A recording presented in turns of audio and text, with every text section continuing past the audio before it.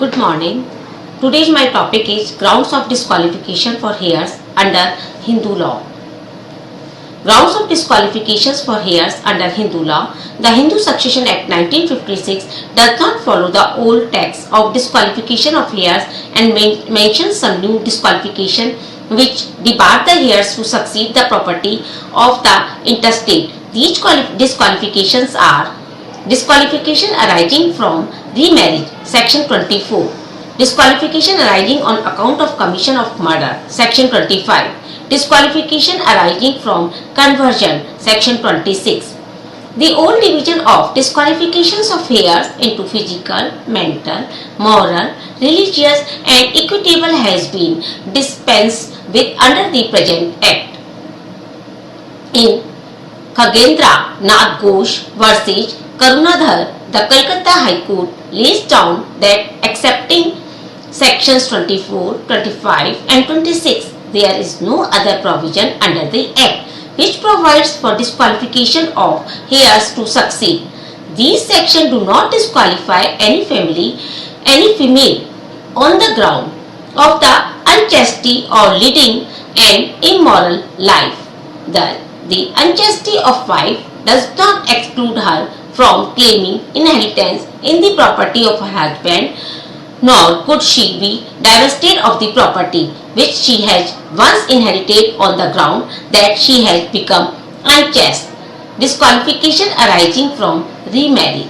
Before the amendment of 2005, section 24 provided for disqualification of certain category of female heirs on the ground of remarriage. Before its omission, section 24 runs as under: any heir who is related to an intestate as a widow of a predeceased son, the widow of a predeceased son or the widow of brother shall not be entitled to succeed to the property of the intestate as such widow if, on the date the succession opens, she has remarried.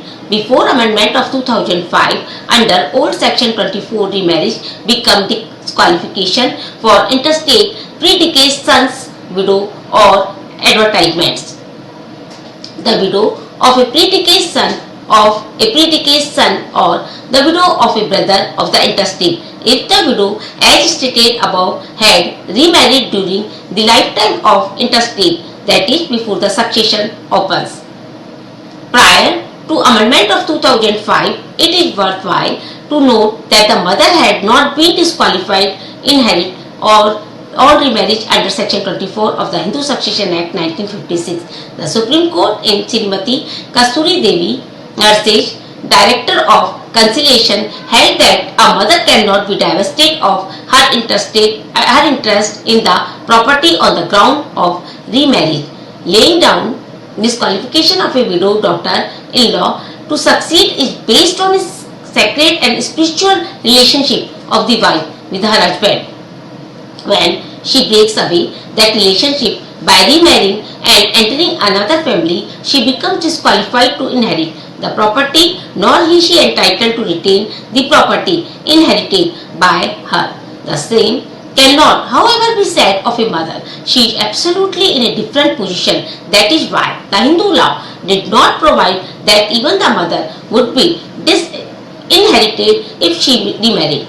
Any subsequent remarriage after the succession had opened will not deprive a widow of the share which she has already inherited as an heir. The section does not apply to the widow of the intestate or father's widow. It was held by the Patta High Court that a Hindu widow succeeding to the property left by her husband as a widow after the passing of the Hindu Succession Act would not be divested of the said property on her remarriage thereafter. In Charities Sugataman and others versus Charity Bharatani and others, the Supreme Court upheld that if the widow inheriting property of her husband or his death, she becomes its absolute owner of that property. Subsequently, remarriage of widow does not divest her or of property because, in view of section 24 of Hindu Succession Act, overrides provisions of the Hindu Widow Remarriage Act 1856. The disqualification is stated in section 24. It confined to the case of three female heirs any heir who is related to the intestate as the widow of the pro-deceased son. The widow of a pro-deceased son or the widow of the brother shall not be entitled to inherit to the property of the intestate as such widow if on the date the succession opens she has remarried.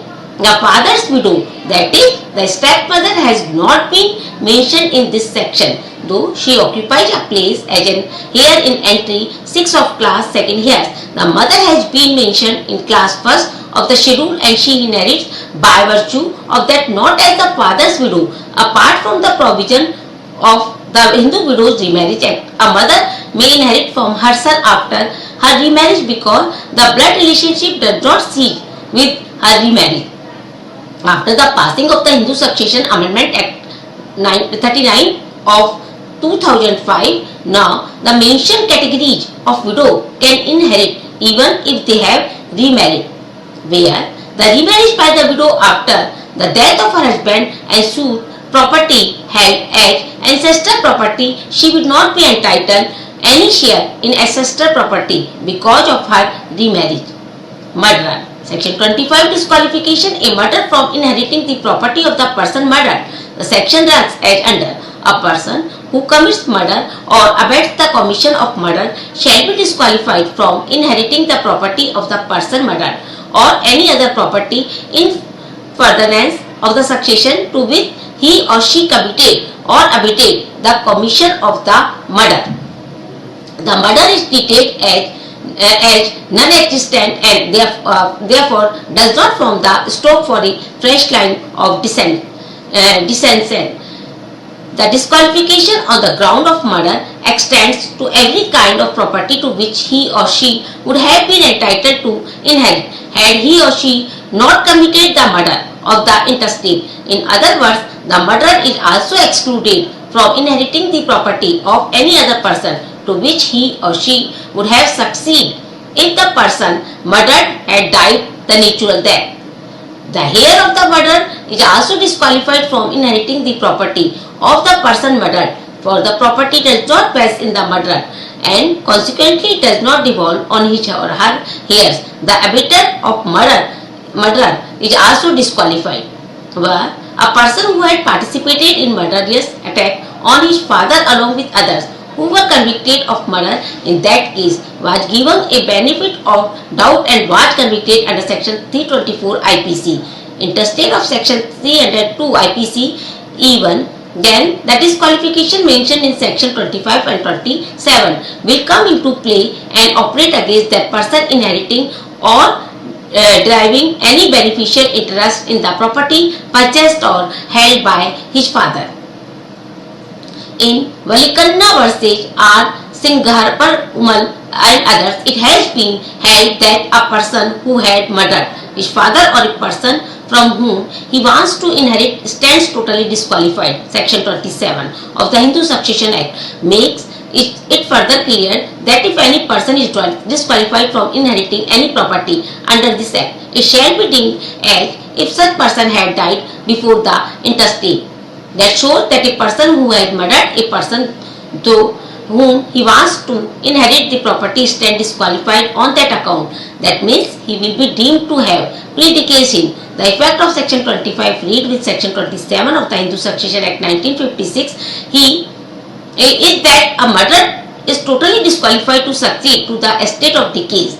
That means a person who is guilty of committing the murder cannot be treated to have any relationship whatsoever with deceased estate.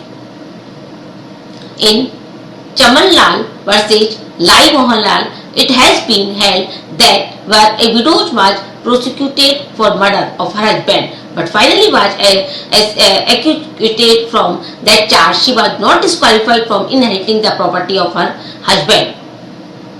Conversion. Section 26 disqualification that convert the descendants and the children born to such descendant to inherit the property of any or their Hindu relatives, but the children or descendants of such children born after his conversion are not affected by the rule if they are Hindus at the time, and the succession opens. Section 26 runs as under: where before or after the commencement of this act a Hindu has cease to be a Hindu by conversion to another religion, children born to him or her after such conversion and their descendants shall be disqualified from inheriting the property of any of their Hindu relatives unless such children or descendants are Hindu at the time when the succession occurs. It is interesting to note that the converts have not been disqualified to inherit. Only his descendants or children of descendants have been disqualified to inherit in case they do not remain Hindu at the time when the succession occurs. The section is retrospective in operation and applies to those persons also who had become convert before the commencement of this act. Thus, where A had got three sons, namely B, C and D, converts to Christianity during the lifetime of A. On the death of A, D will be entitled to claim a share along with B, and he would not be disqualified to inherit as per section 26 of the Act, and would get 1/3 share in the property of A. Thank you.